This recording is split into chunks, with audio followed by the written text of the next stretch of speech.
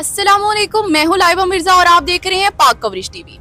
आज हम मौजूद हैं आइस्को ओपन कचहरी सब डिवीजन गुजर खान में, जहां हमारे साथ मौजूद है सुपरिटेंडेंट इंजीनियरिंग इकबाल खटक साहब। अस्सलाम वालेकुम सर। वालेकुम सलाम। जैसा कि यहाँ पे ओपन कचहरी थी तो इस मुतल्लिक हम आपसे भी कुछ सवालात करना चाहेंगे जो कि यहाँ पे मौजूद पब्लिक के भी रहे हैं। तो सबसे पहला सवाल और बड़ा रवायती और मेजर सवाल है जो मैं आपसे करूंगी कि गुजहान में बिजली की फराहमी के लिए वापडा को किन चैलेंजेस का सामना है? जी, जैसा कि आपने कहा, हमारी फर्स्ट जो प्रायोरिटी होती है वो होती है कंटिन्यूटी ऑफ सप्लाई, कि हम 24 आवर्स बग़ैर किसी उसके लोगों को सप्लाई दें, फराहम करें बिजली। हमारा स्टाफ हर वक्त अलर्ट होता है, इमरजेंसी स्टाफ भी यहाँ पे होता है, कंप्लेंट ऑफिस अलर्ट होती हैं। इस हवाले से हमारे CCMS एक फोरम है, वो भी हमारा एक्टिव रहता है। जेलम में हमारा कस्टमर सेंटर है, पूरे सर्कल लेवल पे वो भी एक्टिव रहता है। इसके अलावा हमारे SDO साहिबान, एक्शन साहिबान और मैं ख़ुद भी 24 आवर्स हमारे मोबाइल फ़ोन ऑन होते हैं। किसी को किस टाइम भी कोई मसला आ जाए, अगर नीचे से उनको सुनवाई नहीं होती तो हम फिर उनकी कंप्लेंट को अटेंड करते हैं, प्रायोरिटी बेसिस पे करते हैं। और हमारी यही कोशिश होती है कि बग़ैर किसी तकलीफ़ के लोगों को सप्लाई पहुंचाई जाए, क्योंकि पावर एक ऐसा है कि उसके बगैर गुजारा आजकल नहीं है। 2 मिनट भी लोग गुजारा नहीं कर सकते, तो हमें एहसास होता है। तो उस पर हम अपने सिस्टम पे भी काफ़ी हमने वर्क किया है। अभी हमारी रिसेंटली इनवल मेंटेनेंस जो है वो हमने की है, ख़त्म हुई इसी महीने में। तो उसमें हमने अपनी लाइनों पे, ट्रांसफार्मरों पे काफ़ी सारा काम किया है, ताकि आगे जो गर्मियाँ आ रही हैं उसमें हमारे कंज्यूमर इफ़ेक्ट ना हो, लोगों को तकलीफ़ ना हो, लोग आराम से रहें गर्मी की सीजन में। तो हमने अपनी तरफ से पूरी कोशिश की है कि अच्छी मेंटेनेंस हो, तो इंशाल्लाह हम उम्मीद करते हैं। बाकी फ़ॉल्ट ये एक नेचुरल बात है, सिस्टम में आते रहते हैं। हमारा डिस्ट्रीब्यूशन सिस्टम ये तो मैं नहीं कहूँगा कि बहुत ही अच्छा है, लेकिन जो हमारे पास अवेलेबल रिसोर्सेज हैं, जो हम कर सकते हैं, उसमें हम कर रहे हैं और इंशाल्लाह आगे भी करेंगे। अच्छा, यहाँ पे बैठी पब्लिक का बड़ा कॉमन क्वेश्चन था कि गुजर खान और गुजर खान के जो नवाही इलाके साथ साथ उसको लग रहे हैं, वहाँ पे मुख्तलिफ औकात में मुख्तलिफ जगह पे बिना स्केजुअल के जो लोड शेडिंग पाई जा रही है, क्या ये वापडा की नाअहली है या फिर एक तकनीकी मसला है, और आप इसके लिए क्या करेंगे? लोड शेडिंग के स्केजुअल्स तो आजकल हमारी लोड शेडिंग नहीं है मेरे ख्याल में, बल्कि काफ़ी टाइम से लोड शेडिंग नहीं हो रही, क्योंकि हमारे पास सफिशेंट पावर अवेलेबल है।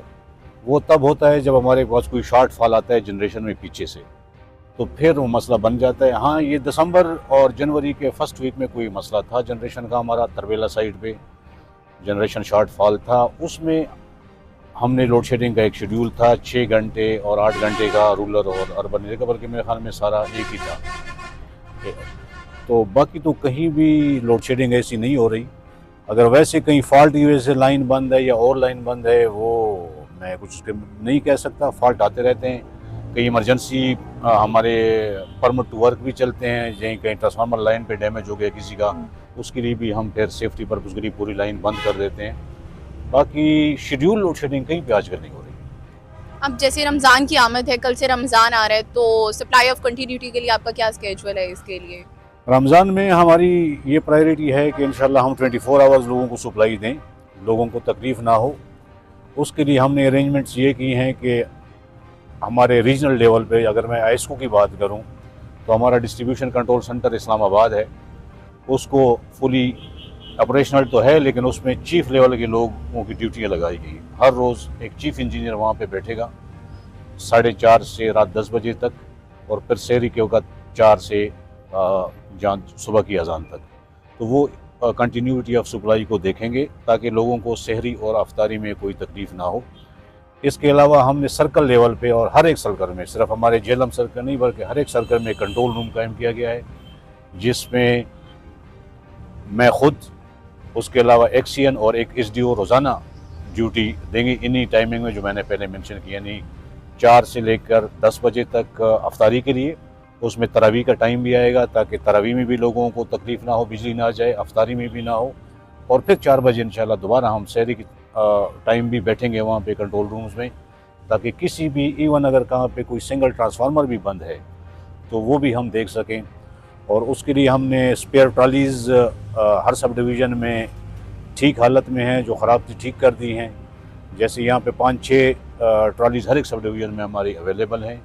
इमरजेंसी बेस पे अगर किसी का ट्रांसफार्मर डैमेज होता है, फ़ौरन हमारा ट्रॉली ट्रांसफार्मर वहाँ पहुँचेगा, सप्लाई रिस्टोर होगी और उसके बाद उसका हम परमानेंट अरेंजमेंट करेंगे। Acha, with the upcoming season of summer, there is a huge consumption of electricity. So the problem, upcoming problem, I would say, कि इलेक्ट्रिसिटी की बहुत कंजम्पशन होने की वजह से ओवर बिलिंग का जो सिस्टम है उसमें वापडा के पास कोई मौसर मॉनिटरिंग सिस्टम मौजूद है, क्योंकि ये एक बहुत कॉमन प्रॉब्लम है across the whole Pakistan. Over billing तो मेरे ख्याल में जब तक हमारी बिलिंग ये मैनुअल थी तो उस पर ओवर बिलिंग होती थी। आजकल तो ओवर बिलिंग वाली जो कहानी है वो मेरे ख्याल में ख़त्म हो गई है। आज मैं ख़ुद कुली कचहरी में बैठा हूँ, यहाँ पे मुझे ओवर बिलिंग की कोई कंप्लेंट नहीं है कि मेरे किसी ने मुझे ज़्यादा यूनिट डाल दी। So I would ask a very short question. How would you measure 1 unit across 100 units or 200 units or such that? Major means किस लिहाज से मैं मेजर? अगर 100 यूनिट होती है तो आप एक यूनिट को कैसे मेजर करते हैं? अगर कोई जो यूज़र है वो 100 यूनिट्स को कंज्यूम कर रहा है तो आप फिर उसको कैसे मेजर करते हैं? वो तो हमारी एक पॉलिसी है कि जिसमें एक प्रोटेक्टेड कंज्यूमर है जिसकी 100 से कम है, अगर उसकी कंजम्पशन फिर बढ़ जाती है किसी महीने 200 यूनिट्स या 100 से, मेरे 100 है 200 है, लाइफ लाइन है 200 तक प्रोटेक्टेड है, 100 तक लाइफ लाइन है। तो अगर वहाँ से उसकी कंजम्पशन बढ़ती है तो 6 मंथ के लिए फिर वो उससे निकल जाता है। अगर किसी महीने में आपकी 200 से बढ़ गई तो आप प्रोटेक्टेड कंज्यूमर में नहीं रहते। तो उनके लिए जो हमारे रेट्स हैं, टैरिफ हैं, वो अलग हैं, यानी प्रोटेक्टेड के लिए और लाइफ लाइन कंज्यूमर के लिए। और इसके अलावा जिसके 200 से ज़्यादा है वो उसके लिए अलग रेट्स हैं, उसको हमने एक सब्सिडी टाइप दी हुई है।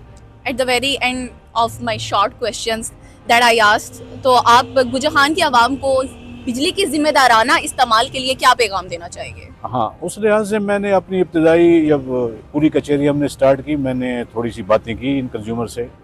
यही हमने कहा कि हमारे जो तनसीबात हैं उनसे दूर रहें, अपने सेफ्टी का ख्याल रखें, क्योंकि हम में पब्लिक सेफ्टी बहुत ही ज़्यादा इम्पोर्टेंट है हमारे लिए, किसी की जान बहुत इम्पोर्टेंट है। अब हमारा सिस्टम ऐसे है कि हमारा बहुत वसी नेटवर्क है, हर एक गली मोहल्ले में जा रहा है, रिमोट एरियाज़ में जा रहा है। तो लोग अक्सर क्या करते हैं कि हमारे तनसीबात के नीचे कंस्ट्रक्शंस करते हैं इलीगल, वहाँ से बड़े हादसात हुए हैं, होने का ख़दशा होता है। ये हमने कहा कि हमारे साथ कोऑपरेट करें, अगर आप कोई कंस्ट्रक्शन करते हैं तो हमें पहले से बता दिया करें ताकि हम लाइन रिमूव करें और उसके बाद आप सेफ़ तरीके से अपना काम कर सकें। उसके अलावा हमने चोरी के हवाले से बात की कि चोरी जो है इसको अवॉइड करें, ये एक क्राइम है, इसमें हमारे साथ कोऑपरेट करें। और हमारे जो स्पेशली बिल हैं इसको आप टाइम पे जमा कराएं। बिजली महंगी है, ठीक है, हम मानते हैं, लेकिन उसमें हमने उनको कहा कि आप बिजली के इस्तेमाल में ख्याल करें, बिजली को एनर्जी एफिशिएंट अप्लायंसेस इस्तेमाल करें, जैसे आजकल आ गए हैं एनर्जी सेवर आ गए हैं, एनर्जी एफिशिएंट फैंस आ गए हैं, एसीज इन्वर्टर आ गए हैं, फ्रिज इन्वर्टर आ गए हैं जो कि कम बिजली खाते हैं। बाकी फालतू बत्तियां जो हैं वो आप ऑफ़ कर दें, पंखे को ऑफ़ कर दें, इसमें आपका भी फ़ायदा होगा, हमारा भी फ़ायदा होगा, एक नेशनल सेविंग है हमारी। तो ऑलरेडी हमारे मसाइल होते हैं गर्मी में, कभी कभी हमारे जनरेशन में भी मसले आते हैं। तो अगर आप बिजली की बचत करेंगे तो आपके बिल भी कम आएंगे और हमारे सिस्टम पे भी लोड नहीं होगा। तो ये पैगाम मैंने सबसे पहले कुली कचहरी में लोगों को दिया और ये मेरा आपके लिए भी, आपके तवसत से भी ये पैगाम है कि लोग हमारे साथ कोऑपरेट करें और इन बातों पे अमल करें।